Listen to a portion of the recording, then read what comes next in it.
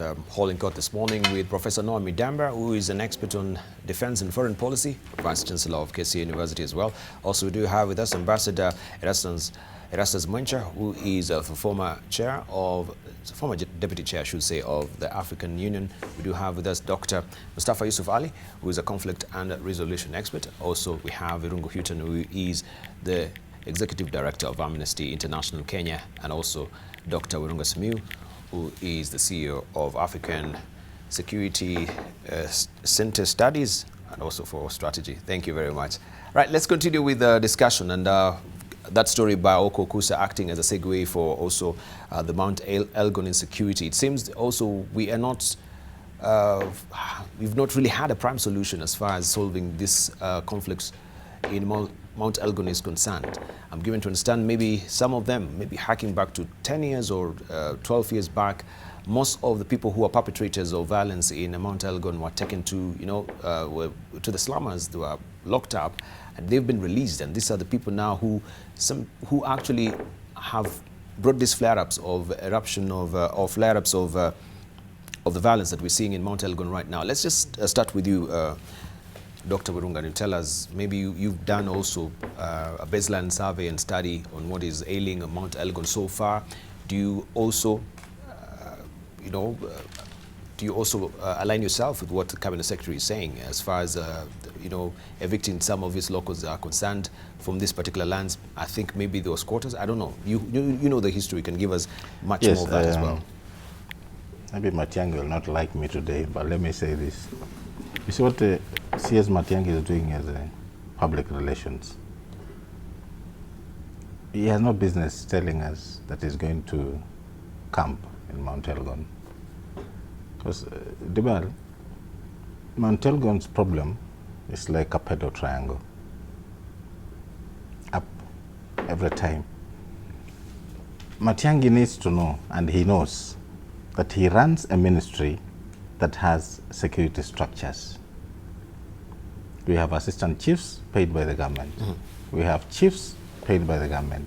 We have assistant county commissioners paid by the government. When you look at our national security architecture, all these people are heads of either sub-county or county security intelligence and security committees. Now, I want Matiang'i to tell this country, where is this chief? Who lives in Mount Elgon? Where are these assistant chiefs who live in Mount Elgon, who are supposed to be the eyes of the central government on matters of security and intelligence in their localities? Where are they?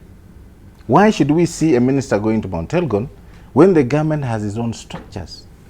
At the county, sub-county, and at the lower level, we have intelligence officers attached to the county and sub-county intelligence and security committees. In the structure of our national security architecture, we have police stations, we have police posts, and we have roving intelligence officers all over. So the question I want to tell Mr. Matiang'i, let him not play to the public gallery. Mount Elgon should not be where we are today, because we have systems that are supposed to have warned this government what is happening in Mount Elgon today.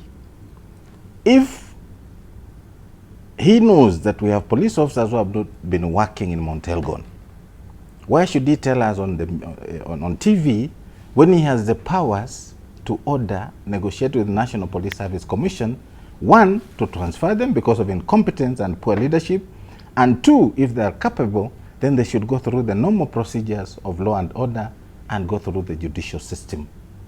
So I think we must not allow people who hold responsibility in this country to play to the public gallery. Matiang'i cannot stand there and tell Kenyans he's going to be in Mount Elgon. To do what? Minister, to do what? We have systems in place that Matiang'i should be holding to account. And there's a reason why we have assistant chiefs, we have village elders. In Luya we call them Bakasa.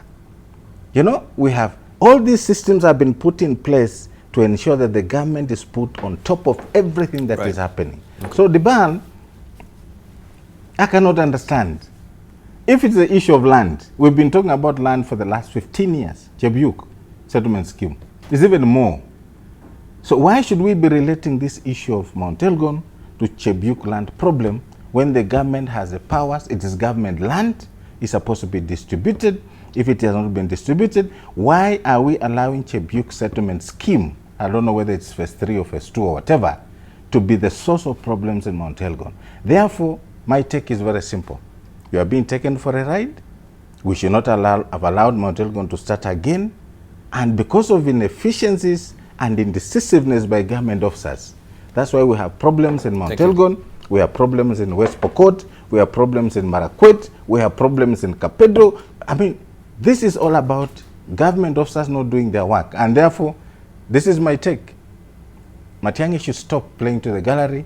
Let him activate the systems that have been put in place by the constitution of this country to ensure that Mount Elgon is pacified and it becomes safe and secure for the people of that region. All right, and what we see, Irungu Houghton, is sort of a band-aid solution, you know, a knee-jerk reaction always from government, coming with pronouncements and curfews, and the underlying issue is not being, you know, resolved for donkey years right now.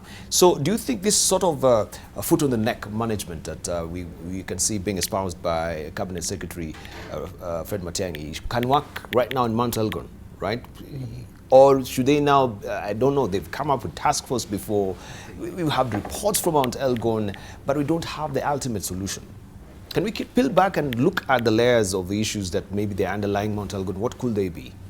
So I think the first thing where I would like to start is just to say that, you know, whenever any Kenyan is killed or is displaced, you know, our constitution and the promise of the constitution is strangled. You know, the community that the communities that live within the Mount Elgon area have suffered dramatically. We put this into a historical context. You know, 2008, there was a very vicious, you know, violent experience which started off with the Sabaot Land Defense Forces, and then the military excursion to try and disarm them and to imprison many of the leaders and the foot soldiers of that body. And many of us watched during those months with sheer horror at the pain, the sexual violence, the you know, the violence that was the deaths, the violence that was basically meted out on the communities. And what I think we may have to recognize, and I spent a bit of time last night looking at the TJRC report to just remind myself again what was the causes and the consequences of what happened in Mount Elgon. And I think what we may be seeing now is a number of things. One is, I think, you know, Wirunga's point about has the state responded quick enough to preempt this is a legitimate one.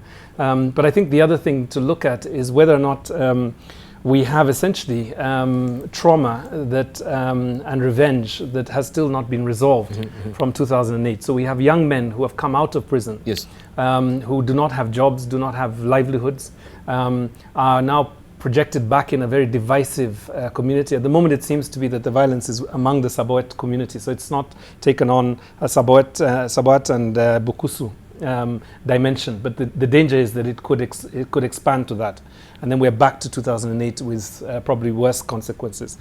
So I think we need to think about in this period of 90 days what else is happening. So you can call for a curfew, but perhaps this is the time that we should bring in some of the mediators and the peace workers that we know have great knowledge of that area to begin to talk to the communities, and particularly these young men who may be walking wounded, and I guess disarm them and dissuade them from further violence. And I think, you know, the state has a number of resources at its disposal. Major Sei, for example, is an accomplished peacemaker. He's an elder. He knows that region very well. I would, you know, former Reverend, I think he's always a Reverend, Sam Kobia may be an option. The general point, I think, is that we need to find peacemakers and mediators to come into that space. And Wirunga may have some other ideas of who would be best to do that. And then the last one is just to say that that area is completely difficult to navigate. And we saw the vehicles trying to go back and forth. But beyond the camera, you have a very porous area. You have a border line. You have very difficult forest terrain. So in a sense, this is going to be very difficult to manage if we don't see some decisive action, both by community leaders and by the state, both local and national. So that's my take on what I think is a terrible turn of events. All right. Wirunga is interrupting me here. No, let's say from just Dr. to add on Mustafa. what he No, said, you just will, one. you will. Dr. Mustafa, we'll come to you. Yeah, Debarl, the fact that there is a resurgence of violence in Mount Elgon region means that the problem was not resolved in the first place. So even when the army went in 2005-6, that problem, what happened is that it was just the violence was quelled, and those who were terrorizing others in that area were either killed, captured and imprisoned, and some of them are now coming out of prisons and are finding that the situation is the same as they left. And they still have that grudge it and has the not been bitterness. resolved. This tells you that the police is not going to resolve that problem. The army is not going to resolve that problem. That problem is going to be resolved by the Ministry of Land and the National Land Commission. And the government will have to really empower the relevant organs to address the problem, which is primarily a land issue.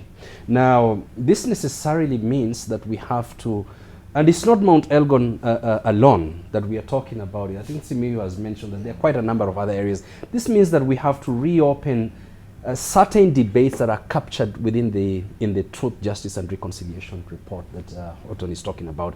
I know there are quite a number of uncomfortable clauses in the TJRC report that others are saying that is going to cause more trouble. But we can isolate those and deal with those that we can deal with now, as we find ways to deal with those clauses that are uncomfortable, that might cause more challenges, and we'll still have to deal with them. If we don't deal with those issues that are raised in the TJRC report today, that is affecting Mount Elgon. And by the way, all those areas, there are clear recommendations on how to deal with those issues. If we don't deal with them today, then they are going to, 5 years from now, 10 years from now, they're going to recur, and they're going to become much more intractable and will cause much more protracted conflict, not just in Mount Elgon, but in the surrounding areas. All right, so it's a pity we had a Truth, Justice and Reconciliation Commission. You know, they, of course, delivered their report. They went about the country, you know, seeking to know what, you know, really ails as far as history is concerned. Some of the reasons they have against conflicts or maybe inter-conflicts within communities that we have in this country, going back to a Gala massacre and all. We have that report. Nothing has come from the report, no recommendation at all. Erastus, are you aware of this TJRC report that was delivered to the president, how it has been implemented or effected? You know, the recommendations there? I have no idea. You have no idea? But just to talk about this issue of... because we want to tie in what TJRC report really recommends and what Mount Elgon, because it has... Aware of how surely they went there and they sounded out, you know, the locals there, so they know what really ails these people down on the ground. But no one is really questioning where the report is. If the commission was dissolved, then which is the avenue that we should take, we as maybe journalists or the citizen, to actually know what happened to this particular report? I think to answer that question globally, land is a highly emotive issue and is one of those major chapters in the TJRC report.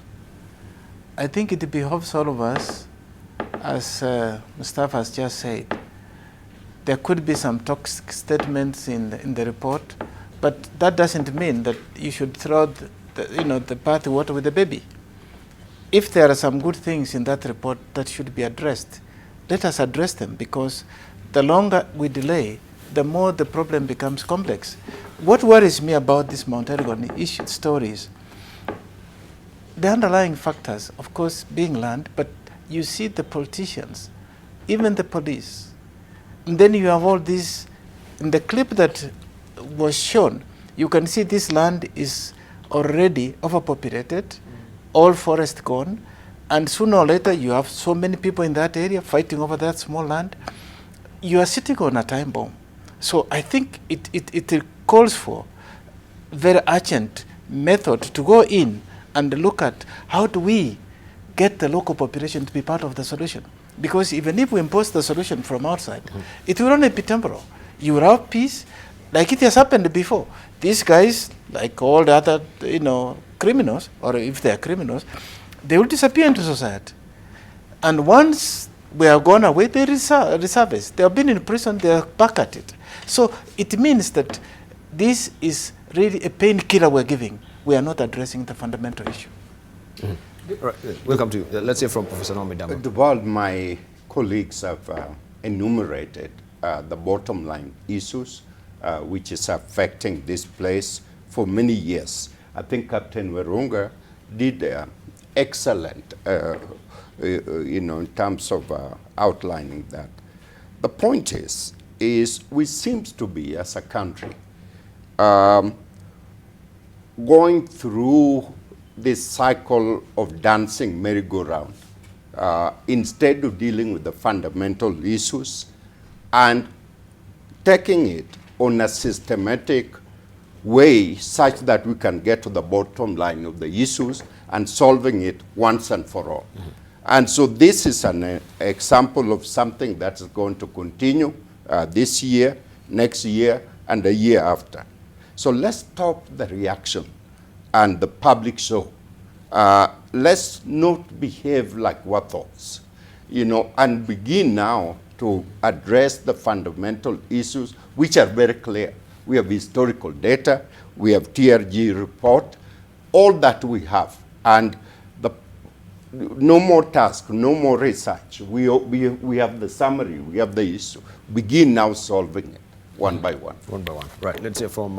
Yes, I think just to add on what we've spoken, I know a bit of those issues. One, there's a problem of land in Mount Elgon, and it's not about the Truth and Justice report. It's about the Chebiuk settlement scheme. Was that not really captured in the Truth and Justice? I'm coming. What I also understand that this conflict has not even gone to the Bukusus. Even the previous one, it was within Mount Elgon itself. Now the Sabaots are supposed to have, I think, 3 or 4 sub-clans. The idea of Chebiuk settlement scheme was to share this land. It was a government land. So the government gave it to the people of Mount Elgon so that they can share it equitably amongst the clans in Mount Elgon. Now, the problem has been, and I could be wrong if things have changed, is that there's a feeling that certain clans were given more land because the settlement scheme was divided, I think, into 3. Chebiuk 1, 2, 3. I think up to 4, I'm not very sure. Yes. And each clan was supposed to share part of this thing. This is something the government knows. So I don't think there's anything we are going to do research again or to sit back and understand what Mount Elgon is all about. The problem, as we understood it that time, was that there was a feeling that certain clans out of the Sabaot community were benefiting more on the Chebiuk settlement scheme as opposed to others. And therefore, when they felt that the government was not assisting them to distribute this land equitably amongst the sub-clans of Mount Elgon, yes, some decided to take it upon themselves. And then nothing worked. Number 2, Debarl, my small understanding of national security, we have money that county commissioners are given, yes, or they're supposed to be given, called to do what we call security roads. You've just seen what we've seen in Mount Elgon. And I'm sure there's money given to some county commissioners, and it's called security money. I mean, roads for security. This is something that has been there for a long time. Normally, the government allocates certain funds to ensure that there's passage and communication in terms of traffic in each part of this country for purposes of ensuring the safety and security of the Kenyan people. So Matiang'i probably should ask, did that region ever, was it ever given money to ensure that roads for purposes of security were maintained? They don't tarmac. They just have roads that are meant to allow security forces to have the trafficability to go to places where they're supposed to pacify or stop this. So there are many things about Mount Elgon that I think we are not being told, and yet every information is already with the government. Then lastly, I think, Ambassador, you asked him where this report is supposed to go. The procedure that I know, unless it has changed, once the report is given to the president is supposed to hand over this report to Parliament for debate. And Parliament is supposed to debate that report and make his own recommendations that goes back to the executive for actionability. That report was never given to Parliament, and that's why we've never discussed about TJRC report. Therefore, there are many things around the Mount Elgon region that I think we never handled well as a country, And that's why these recurrent issues will continue for as long as we still continue being indecisive, because the issue of land, the government can make a decision and deal with it once and for all. All right. Yeah, but because of indecisiveness and lack of responsibility, that's why we keep on having issues in Mount Elgon. Yet the government, I'm sure, knows what is the cause and the fundamentals that are bringing problems in Mount Elgon. So if the report is, before we come to you, Rongo, if the report is with the president right now, and I don't know if that's true, Debarl, yeah. But maybe we can just discuss it a little bit. Yeah. Because what I remember is that the president received the report in 2013. Yes. In 2015, probably, I think it was, some people have called this Uhuru's finest hour in Parliament, when he read the State of the Nation address in 2015. And it's important just to remind yourself, because it was a very powerful speech. I think he got a standing ovation. Collectively, these incidents have disunited us and held our people hostage to the tragic history by providing the foundation and rationale for the cynicism and the destructive politics of hate and division, was the first comment. In an effort to control this past, the Truth, Justice and Reconciliation Commission undertook an inquiry into past injustices. This report is before this House. I urge honourable members to process it without undue delay. I remember that very distinctly, because for a long time people were saying that the president had no interest in the report being debated in Parliament or being followed up. As I understand it, it went to Parliament. Yes. It got stuck in Parliament. So I think parliamentarians need to ask us why 4 years later, after the report was handed over, why has that report not been debated, finalized and returned to the executive for action? The second thing I think that's important to follow up on is in that speech by the president, there was a commitment of I think it was a 10 billion shilling fund for restorative justice. Yes. And there was a period that was set up for 3 years between 2015 and actually would expire this year for implementation of this fund. Mm-hmm. As far as I know, nothing has happened. It was in the docket of the Attorney General's office. So I think the other question that we can be asking ourselves is, which may be separate from Mount Elgon, but I think it's connected, is stash actually of money that was, what happens, with the healing and the trauma and the restorative justice that needs to take place in order to ensure that we don't relive past conflicts and tensions. And I think that's where, for me, the TGRC report still remains. But I seek clarification. So that is with Parliament right now. Yes, in fact, the stash of yes. money that was allocated has not also been utilized at all. We've yes. not been told where the money is. Yes. Okay. And I still remember, and now just to finish on this, there was an argument between Honorable Raila and Honorable Duale. Yeah. And Duale kept on saying we shall bring this report to Parliament for debate. He has never done it. Mm-hmm. So I think at the end of the day, you see it is the executive that must ensure that this report is debated. So I know who should be put to task? Is it the majority leader in Parliament? Majority leader. Edan Duale should tell us where this report is and why actually it's accumulating dust. This is 5 years down the line and nothing has happened so far. Right? Maybe your closing remarks on Mount Elgon before we drill deeper to other stories this morning. Any of you, Mount Elgon? we wish for peace, we wish for quick resolution of this problem. That's all we can say, really. Okay. Before 90 days.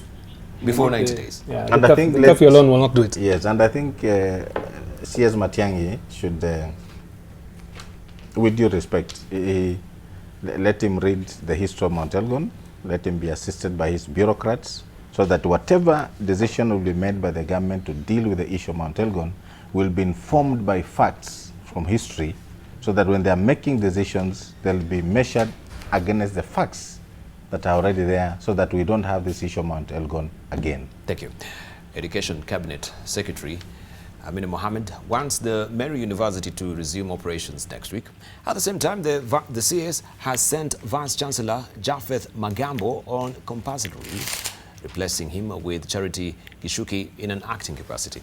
The decision was taken during an impromptu visit of institution, and during the visit, the CAS assured the student community, I should say, of her ministry's commitment to help resolve the controversial murder of Evans Njoroge, a student leader at the institution. The visit followed the release of post-mortem results over the weekend, which showed that the deceased student leader was killed by a bullet from a pistol. To allow Professor Magambo to proceed on leave pending the expiry of his contract in June of 2018. Second, the council appointed in an acting capacity the Deputy Vice Chair, Professor Charity Gishuki, pending the recruitment of a substantive Vice Chancellor. We want to hear from Professor Naomi Damba, who's the Vice Chancellor of GSU University, of course, to weigh in on this as well. The security of our students, especially now when we have student leaders who are agitating, for some of their rights in the institutions. And then we have police who are erupting and, they're killing some of the students. The postmortem is out. It has confirmed he was actually shot. And we had also graphic pictures on social medias showing how that particular execution was done, and many people were saying he was pleading for his life. Yet the police went full steam ahead and actually killed the student. Your reaction? Debarl, I co-chaired the task force on university security, and we have a fairly comprehensive security plan that were distributed to all universities. The issue here are actually several. One is the top administration communicating with police, with the students, fundamentally on 101. Is there a relationship between community and the campus itself, which is called town-born relationship, so that you have the community is supporting the university, and then they're also providing vital information and support to students. And I would say no. And the issue has gone on for so long, where student issues were not addressed, where my friend, the Vice Chancellor, has never devoted the time to meet with the student to understand them, where the communities were actually isolated, and such that there is no relationship between the campus and the university. And it was just a matter of time before it reached this level, unfortunately. There are other universities that are close to that. And that's the reason I would say at KCA University, we spend a lot of time with the student.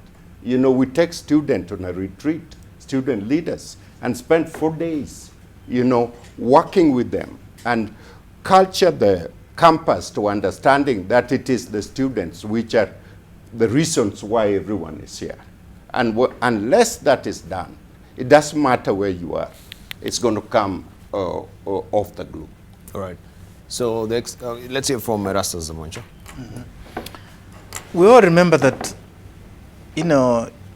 campus days for a youthful time is sometimes our best times, because as a youth you are full of energy, enthusiasm, and beliefs that, and impatience. What the professor said here is, to me, seems to be lacking in the way in which we are approaching our students, because those are no longer children. Those are young adults, even not adults for some of them. And the issue of communication and involvement is extremely important. I mean, on this particular issue, it's regrettable that you could go to the extent of shooting students, because there are ways you can accommodate students, because students may throw stones and maybe hurt cars or something, but don't go to the point of shooting them. And I think that is an example also of how you can bring in the police, so that they know how to handle students in cases of when the students are in riot mode. Yes. And so, I mean, just to build on what he says, it looks like this security forum that Professor is also part of it needs to do some introspections, that they should bring in security forces to be part of that, to discuss on how they can also work with them. And the students should also be there, because the student leaders, if they understand that there are red lines that you don't cross, then they can also be guided, so that if it is on the road and placards, and they can have their debates and talk their theories, allow them to do that, but don't go to the point of shooting them. Yeah, but we should ask ourselves, the point of shooting, why aren't we asking critical questions? Why was he shot in the first place? Was he armed? that now it made actually this particular police officer to actually draw his gun and kill him. What really led to that execution? These are questions that we need to know also from, from the authorities as well. Debarl, taking another person's life is unacceptable, irrespective. More so when there is a person who is unarmed that can be arrested or can be immobilized, to be arrested if that person is even armed. And particularly where we are talking about students here who are expressing their frustrations on something that appears to be genuine. Now, the second point here is universities, institutions of higher learning, and even high schools. Those that are responsible for those institutions should find ways to communicate with the student community. And one of those is to engage the leadership. You don't have to be engaging the entire student fraternity if you have their leaders who are representing them. And a lot of time you have this kind of demonstrations that are turned tragic because there is no communication between university administration and the student leadership themselves. And a professor is talking here about retreats. Engage them take them out of the university setting, go for a retreat with them and explain to them what the policies are, what is expected of students in terms of grievances. And grievances are going to be there all the time. How should grievances be resolved whenever they come up? And the student leadership then should take that message to the student fraternity, including those red lines that students are not allowed to cross. All right, thank you. Irungu. I think, I wrote about this over the weekend. One of the things that really pained me was such a young life, and it seemed from everything that we've heard, somebody who was willing to serve the public and to lead his community in terms of university students. What I've learned since is that, Evans Njoroge was a only child. He came from Longonot, and he came from a fairly humble background. And his parents essentially had saved quite a bit to take him to university. He was almost about to complete. He had studied maths and computer science. He was studying that at the point of his death, and was a good leader. Many of the students that have risen up in protest, I think over the last 1 week, acknowledge him as somebody who was really just concerned about the rising cost of school fees. I think something like 33,000 to 50,000 shillings. And secondly, whether the institution was being managed in a transparent and an accountable manner. And I think the thing that all well-meaning Kenyans have to recognize is that calling for fees to be reduced and calling for democratic management of public institutions is not a crime, and it is definitely not a crime punishable by death. So I think the level of outrage that we've seen from the public is warranted. And I would just like to also just say that I was very heartened yesterday by the statement by the Cabinet Secretary for Education, Ambassador Amina Mohammed, who basically issued a public apology to the family, expressed her concern at what had happened and urged quick investigation. And I think that is the correct position to take.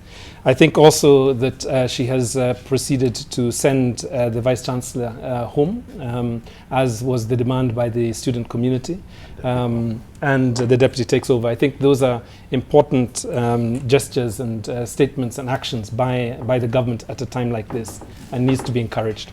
Right. The last point, very quickly, sorry, is we're talking a lot about university management, but I think we also need to discuss what is the culpability and the responsibility of the police and security services. And I think, I'm sure Werunga will touch on that issue.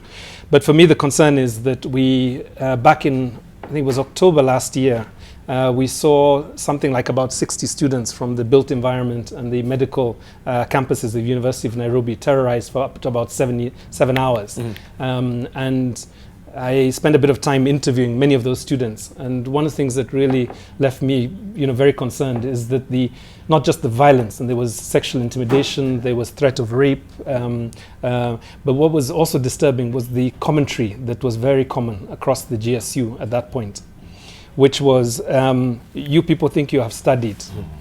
We have not. We will show you today. Mm-hmm. They were also discriminatory in terms of women and girls. They were discriminated in terms of ethnicity. So depending on which ethnic group you were either allowed to go or you were beaten. So, if you think about it, in that moment, we probably saw the worst expression of our constitutional and national values exhibited by the GSU.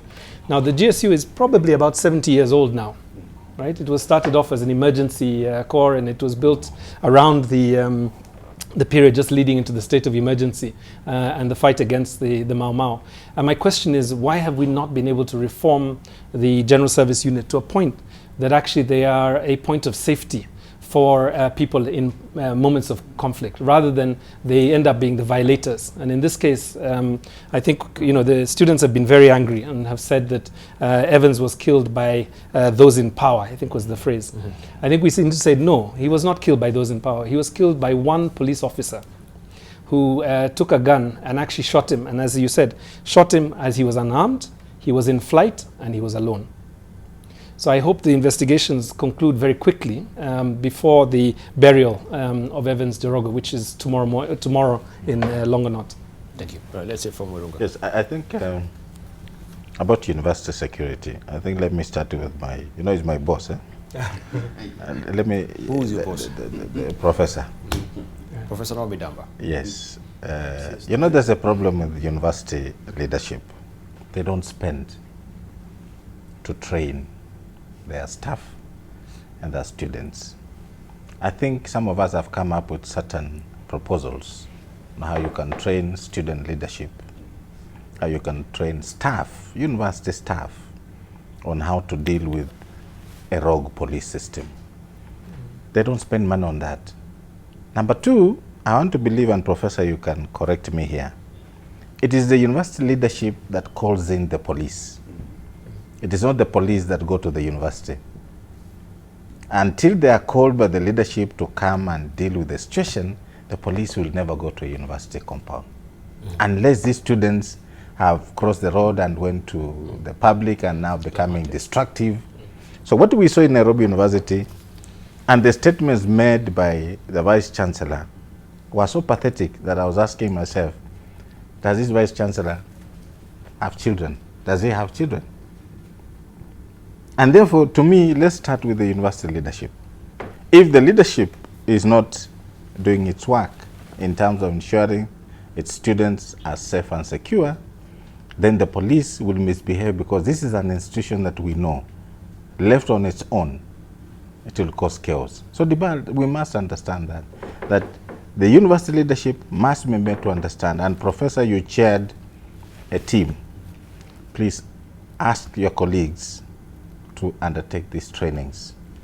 And these trainings are very important to the university staff in the first place, how to collaborate with the police, how to coordinate these things, how to come up with student leadership that can be trained on how to deal with issues of external security, coordination. I mean, all these things are supposed to be done, Debarl, but they never want to spend money, because everything small happening, they'll call in the police, and then later on, Kenyans start blaming the police. So to me, that's one thing we need to look at. Number two, it's about life in this country.